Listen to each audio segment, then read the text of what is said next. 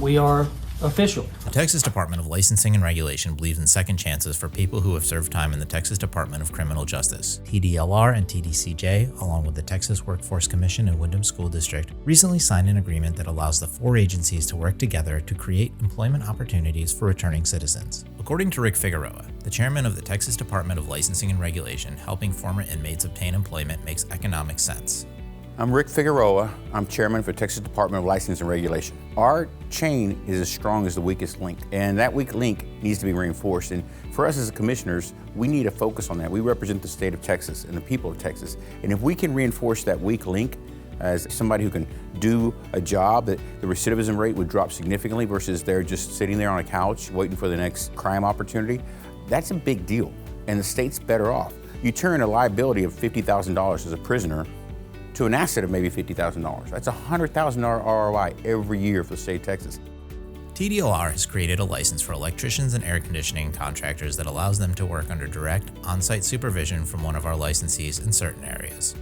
Anytime a prisoner was trying to re-engage into society after being incarcerated, we were holding them to a very high standard. And as I was looking at these prisoners, or former prisoners, now probationary, I was thinking, if I won't let them in my house, why would I let them in your house? But I would allow them to maybe work in a construction project that's brand new, or maybe even a commercial project.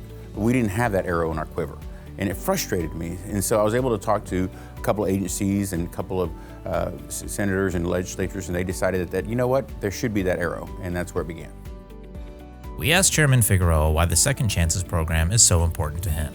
I grew up in government housing. I grew up with a single mom, and most of the friends that I grew up with have been incarcerated. And there's not much difference between them and me.